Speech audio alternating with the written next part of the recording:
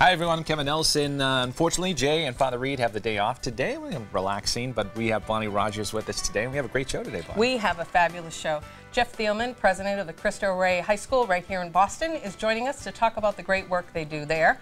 And we're going to talk about the documents of Vatican II, Kevin. Lots to talk about. It's going to be a terrific show. Please stay with us. This is the day starts right now.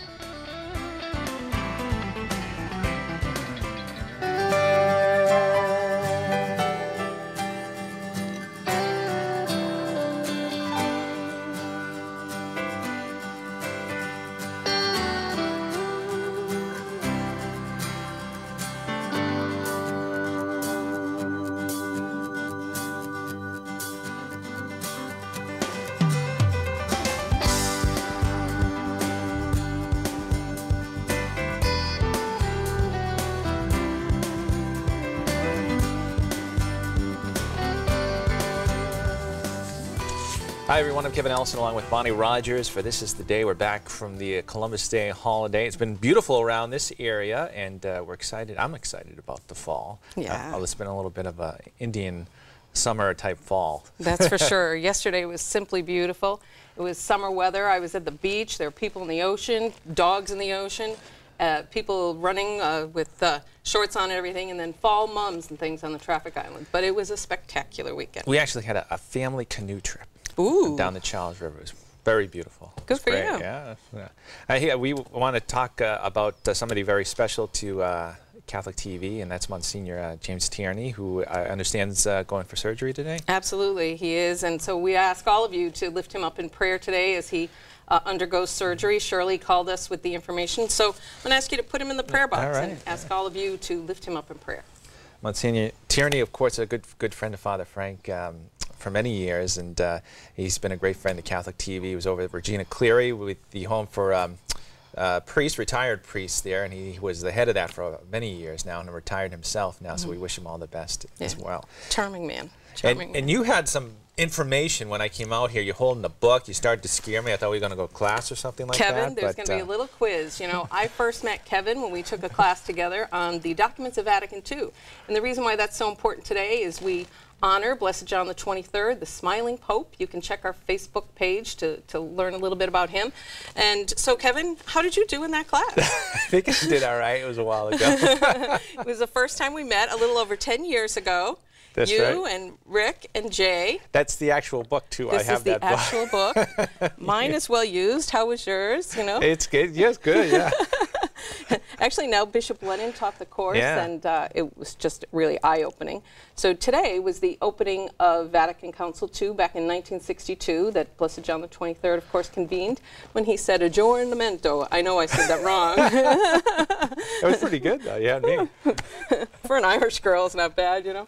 But it was a great course, and of course, Bishop Lennon did a tremendous job, and that's where we get to meet you. Yeah, and it was sort of like an introductory course, and it sort of started the Master of Arts and Ministry program here in the Archdiocese of Boston, and it's been going strong ever since, actually growing with the Theological Institute there as well. So, yeah, it's a little step back in time. Yeah, and it's perfect because there's a little section here on Christian education, and we're going to be talking to Jeff Thielman later about the role of the Cristo Rey Network for education for young people here in the city of Boston. Yeah, and it's great to focus on that, too, because I know that's been a focus on many dioceses around the country and Canada as well. A lot of people focusing on faith formation as well as education in the faith, and I think that's very important, especially nowadays, that we are able to learn more and sort of pass that on to the many people that are out there in the parishes that might not have the opportunity to do Right.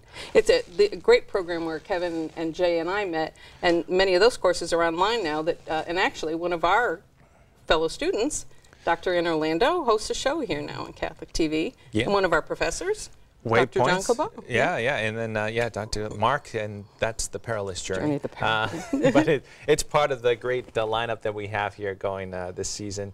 On Catholic TV. A lot of great news shows that we've had, and I've been getting some good response from them as well. We had a great interview.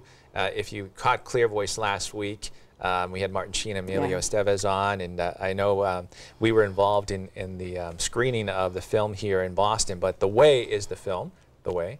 And it just opened this past weekend as well. That's right, October 7th. It was the nationwide opening, and we were very pleased to be part of the screenings here in Boston, and there was 2 theaters here in the Boston area, and then theaters all across the United States. So if you get a chance, check out the movie The Way, to walk the Camino in Spain. Yeah, and it's great too. It's great if we can support movies like this, family movies with some great messages, and something that Hollywood doesn't do a lot of, and it's very important to support them so that they'll do more of that as well. Absolutely. On October 21st, the Mighty Max opens, so I know your kids are in sports. It's a great story of Cinderella story, really, for a women's school, Immaculata, in Pennsylvania, and it talks about how they went from being a kind of nothing team to winning the championship. So that opens October 21st, and we'll have some great interviews from that movie as well. Yeah, I'm looking forward to that too, coming out. It's some great movies, and I know that they were doing a family movie on one of the major networks as well. They're trying to work that in too, so that's great to see. Family movie night, yeah, fabulous. I used to remember the Wonderful World of Disney too when I was a kid. It was a great night. But we're gonna take a trip now to Rome. With even though Father Reed isn't here today, he's here with us in spirit in Rome, and he's been doing some great Viaggio Aromas, and this time he's at a fountain, I believe. So let's have him explain everything about that as we take a trip now to Viaggio Roma.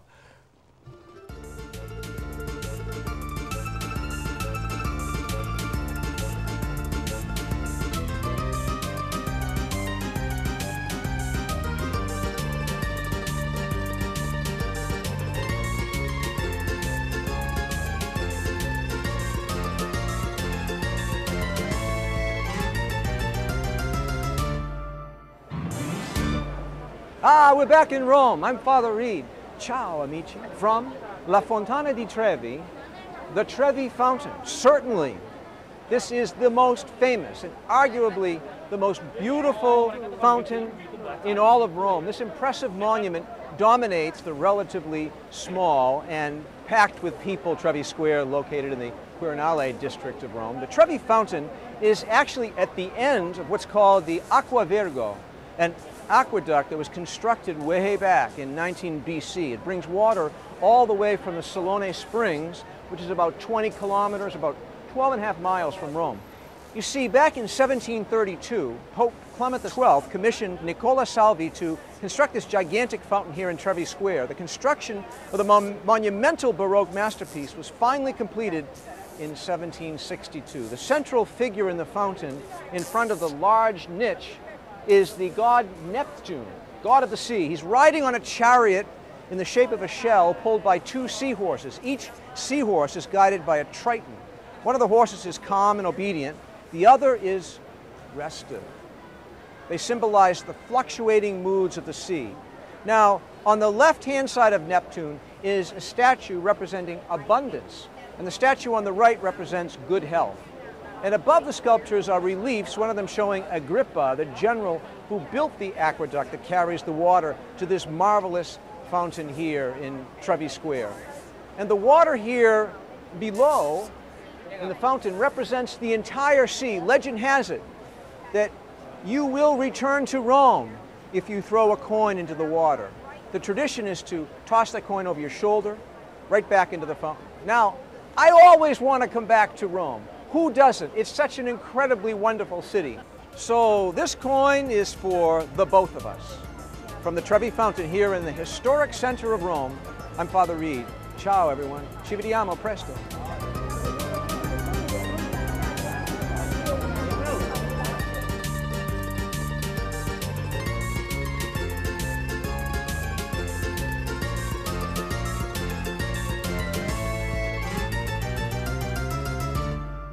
Well, thanks, Father Reed, for that refreshing trip to the great fountain there. And Kevin's going to give us some refreshing news. Kevin, what's going on in the world today? All right, thanks, Bonnie. Hello, everyone. It is time to take a look at the news, and we begin from the Vatican. A press conference was held at the Vatican and attended by many different Catholic relief agencies, including Catholic Relief Services and Caritas Internationalis. The topic at hand was the growing famine crisis in the Horn of Africa. Catholic News Service's John Thavis reports on that press conference and how relief experts are looking beyond immediate solutions to the issue. We had an important press conference here at the Vatican Press Office. The topic was the crisis in the Horn of Africa, and the lineup here was pretty impressive. The heads of Catholic Relief Services, Caritas Internationalis, and the Vatican agency Cor Unum, as well as the Vatican's Apostolic Administrator in Somalia.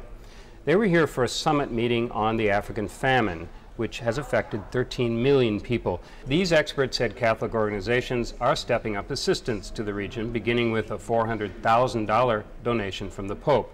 And in the end, they hope to raise some 60 million euros. But what was interesting about this meeting is that it went beyond the immediate problems, the lack of food and housing. Instead, these experts were also looking at long-term problems and solutions. As Cardinal Robert Sarah pointed out, even if these African refugees receive enough assistance to survive, we're witnessing the creation of a lost generation. Millions of people who will likely remain a long time without a real country, a real house, a real job.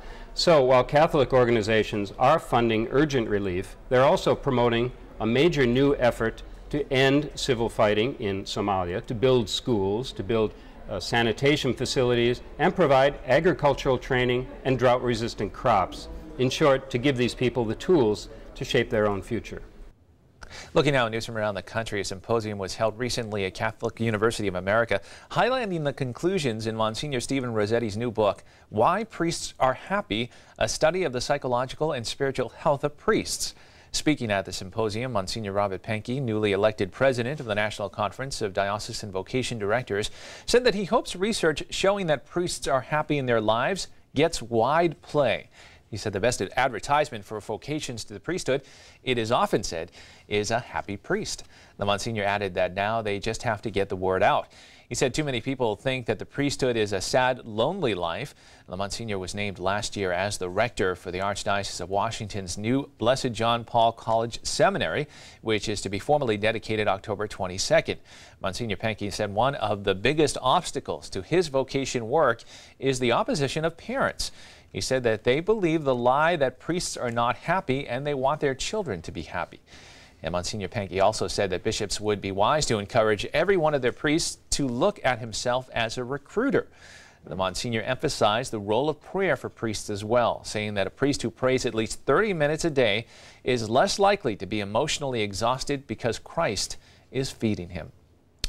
In news now from the Holy Land, athletes will soon travel to the Holy Land for the JP2 Games, named after avid sportsman Pope John Paul II. The point of the Games is to work on Palestinians and Israelis living together in peace. Rome Reports has more on the Games and the initiative. Each year, a group of athletes takes on a pilgrimage to the Holy Land. Among the many sporting activities is one called Run for Peace. The pilgrimage is dedicated to John Paul II, and it's even called the JP2 Games. It will take place from October 21st to the 25th. On October 24th, a 12-mile race between Bethlehem and Jerusalem is scheduled. It's a race that will actually take runners through security checkpoints in Israeli and Palestinian territories. The idea of the JP2 Games is to offer an occasion in order to use the language of sport to create moments of encounter and to say that we can actually dream of a better way of living together between Palestinians and Israelis. The pilgrimage is celebrating its 8th year. This time around, the pilgrims will hold a special Mass on October 22nd. It will take place in Nazareth to honor the Polish Pope. The pilgrimage and sport are the two elements that John Paul II lived as a ministry since he was a young priest. Once elected Pope, they also became two important tools of his pastoral. Unlike other years, this year 100 young people from Haiti will be joining the other 300 participants from Palestine, Israel, and Italy. Another first will be a soccer game with professional athletes from each one of these countries. We would like to take this initiative internationally so that the entire world can come. Above all, that one can freely go to Palestine and Israel with security and with respect for diversity. The JP2 Games is a way to combine athletics with a pilgrimage, using both as instruments of unity and peace. The event's dates, October 21st to the 25th, were chosen because the liturgical feast of Blessed John Paul II is October 22nd. And finally in the news, Bishop Daniel Janke of Peoria has announced that Catholic Charities of the Diocese of Peoria, Illinois, is withdrawing from all state-funded social service contracts. The bishop cited increasing clashes between Illinois law and the church teaching for the reason to prevent disruption to the 1,000 foster care children and families now served by Catholic Charities of Peoria. Plans call for those state-funded contracts to be transferred by February 1st, 2012 to a newly formed nonprofit entity called the Center for Youth and Family Solutions. The Diocese of Peoria and its Catholic Charities will have no connection to that new entity. Catholic Charities in the Diocese of Joliet, Peoria, and Springfield, as well as Catholic Social Services of Southern Illinois in Belleville, have been involved in legal proceedings with the state since Illinois recognized civil unions on June 1st. At issue is the agency's long-standing practice of referring prospective adoptive and foster parents who are cohabitating, regardless of sexual orientation, to other agencies or the Department of Children and Family Services. The state interprets the policy as discriminatory to same-sex couples under the new Illinois Religious Freedom Protection and Civil Union Act. Bishop Janke said he came to the decision after months of prayer. He said in a statement that he had a responsibility as bishop to assure that Catholic Charities operates consistently with the teachings and values of the Church. And that is all the news we have for you on this Tuesday, October 11th, 2011. We are going to take a quick break right here. When we come back, we'll be talking with Jeff Thielman about Cristo Rey.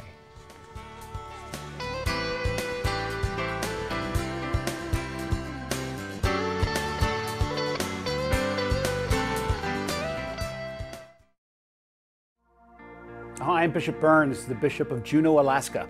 And if you're considering priesthood, I would ask that you consider a missionary and contemplative spirit of priesthood that can be found within the state of Alaska. By all means, feel free to contact us at www.dioceseofjuneau.org.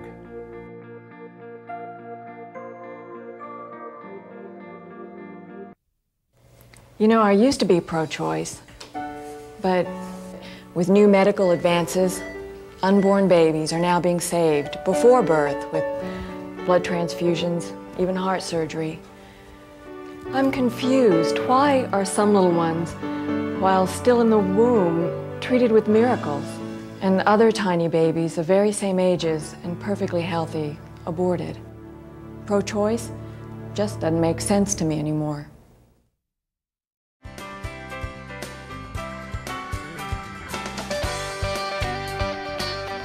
And we are back, and joining us now is Jeff Thielman, who is the president of Cristo Rey Boston High School, and we're happy to have you here, Jeff. Thanks for coming. Great to be here.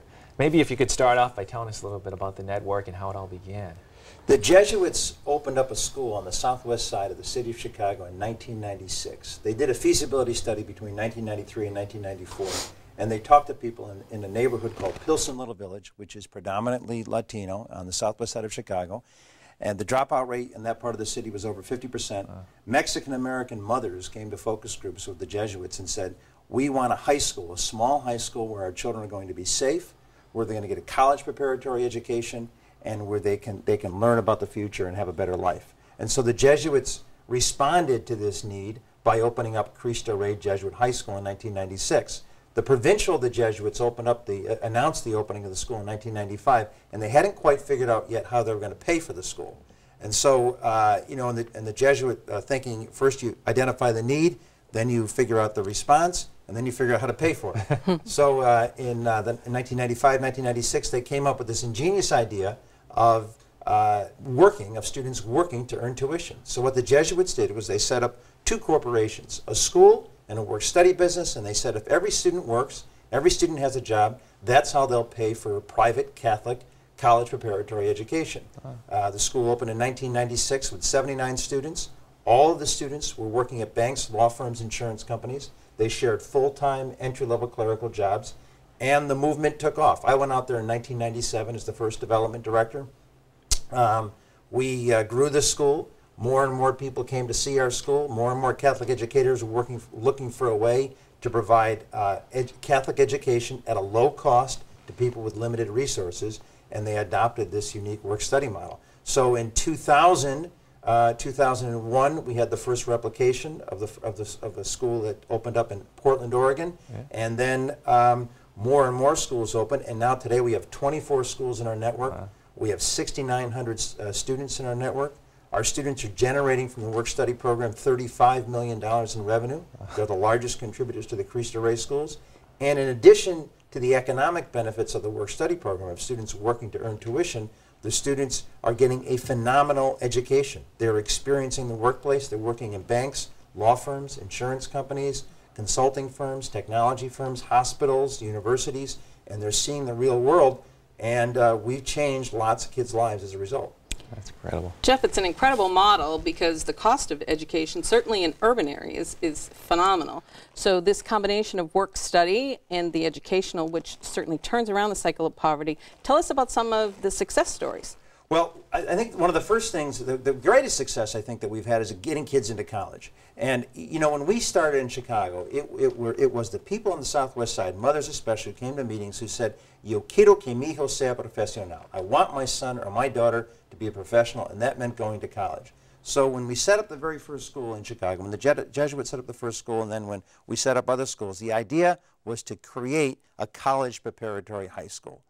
By working, the students rubbed elbows with professionals, people with law degrees, people with college degrees, people with advanced degrees, marketing degrees, business degrees, and they said, hey, I can go to college too. So our biggest achievement over the past 15 years of this movement has been getting kids from the city to go on to college. Last year, 1,100 students graduated from our schools. All 1,100 were accepted to some college or another. About 82, 83% directly enrolled in college after graduation. So we're getting kids from the city who start in our schools behind academically and who have a lot of disadvantages because of the circumstances they grow up in. We're getting those kids to go on to college. And it's the combination of a rigorous college preparatory experience plus the work-study program that motivate these kids from the city to go on to college. And throughout the entire 4 years, they're getting a Catholic education. At our school in Boston, 2/3 of our kids went to public schools. They've never had the experience of a Catholic education before they came to our school. Now they're having the experience of a Catholic education, and that changes them, as we know, forever. It transforms them. Absolutely. And talk about the Boston school as well, and how important it was to set up a school here right in Boston. The Boston school got started in 2004. It was North Cambridge Catholic High School, a school that had a long tradition here in Boston. It's an 89-year-old school. Tip O'Neill, the former Speaker of the House, went to North Cambridge Catholic High School. His son, Tom O'Neill, who's now the chair of our board, went to the school. And in the late 1990s, 2000, the school was not doing very well. The Cristo Rey movement was starting to expand throughout the United States. And the leaders of the Boston school said, perhaps we can become a Cristo Rey school. So in 2004, that school, North Cambridge Catholic High School, became a Cristo Rey school. And that same year, the Sisters of Notre Dame de Namur opened up Notre Dame High School in Lawrence. And so in the Archdiocese of Boston, we actually have two Cristo Rey schools, Notre Dame of Lawrence and Cristo Rey Boston High School, which we moved to Dorchester in 2010. So now we're in Dorchester.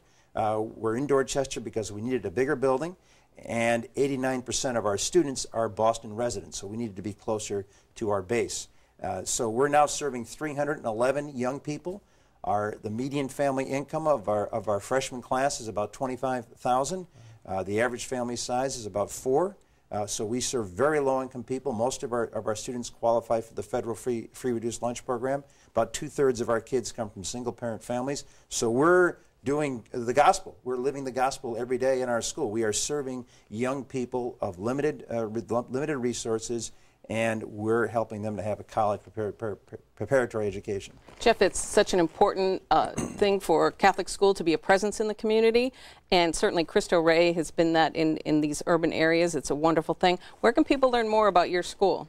Well, you can go to our website, www.cristoreyboston.org, and you can also visit us. Our school is located right across the street from the Savin Hill T stop on the Red Line. So you can take the T right down to take the Ashmont Red Line T train and get off right at the T station, come right across the street and see our school. You can also, our students are working in 107 businesses in Greater Boston. So chances are you're going to run into our kids when you're working. I hope we do. It's a great school. I had the opportunity to visit there on a project we're working here at Catholic TV. It's a great school.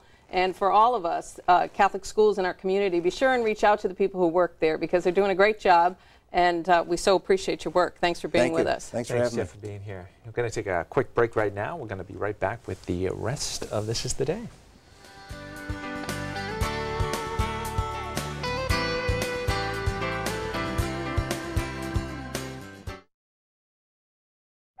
Our family has spanned the centuries and the globe. With God's grace, we started hospitals to care for the sick.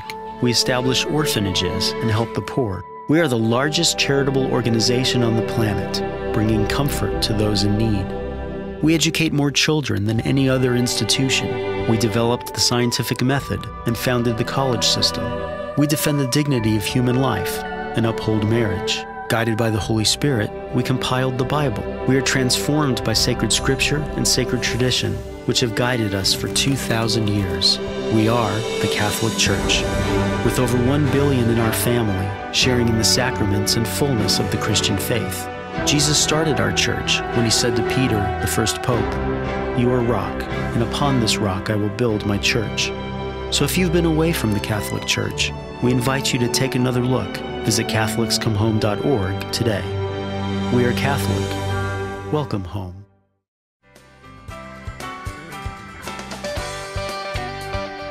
That's a great fall shot with the pumpkin there. Yeah, all our pumpkins. We're in the patch. We thank Jeff for being here. I actually wanted to tell you about the new magazine, and I know Dave Wilkinson has been working hard on this new series. It's the Eternal Word, the New and Eternal Word, with Monsignor Moroni, and it's a great series. It's taking place here in October, and there's an in-depth story in the magazine about that new series, which is so important now as we head towards Advent. Hard to believe, but we'll be learning about the new Roman Missal in Advent. So it's a great little magazine that you can get free. Catholic TV, 34 Chestnut Street, P.O. Box 9196, Watertown, Mass.